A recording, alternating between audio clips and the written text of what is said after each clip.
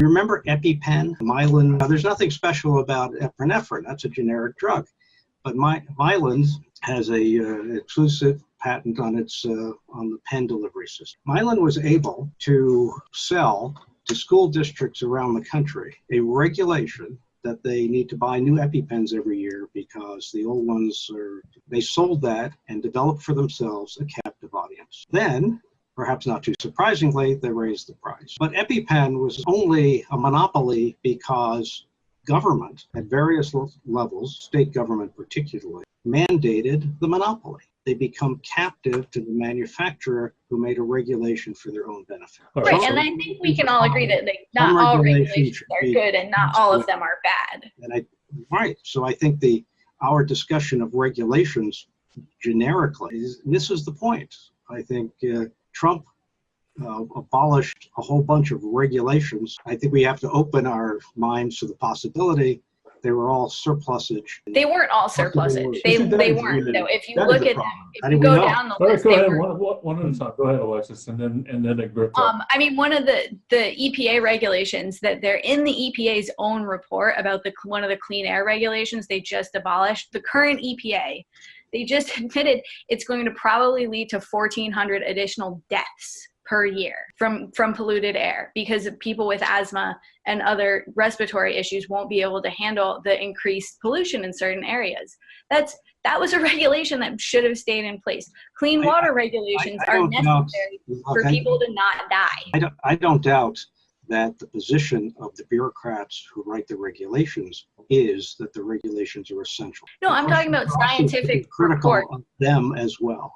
But so I guess I'm not understanding your position on this, that all regulations are bad? No, my position is there are bad ones and we should weed them out, but there are so many bad ones we can afford to weed them out wholesale. Now, I think you have to look at them as individuals. I am forced back into the corner, largely by my wife, of sounding as though I'm a Trumpist. I don't trumpet for Trump. I don't consider you a Trumpist at all. In fact, what I consider you is somebody that looks out. The same things that you just told Alexis would happen if it's not done to the free market is the same thing that has you upset with Trump on trade policy and that have you favoring Trump on regulations.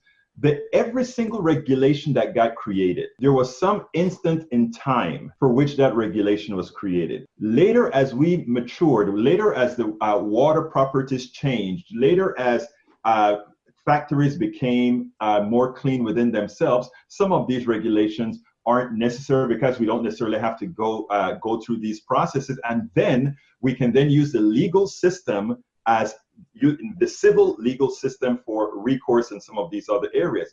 But here is the problem. Right now, you're correct.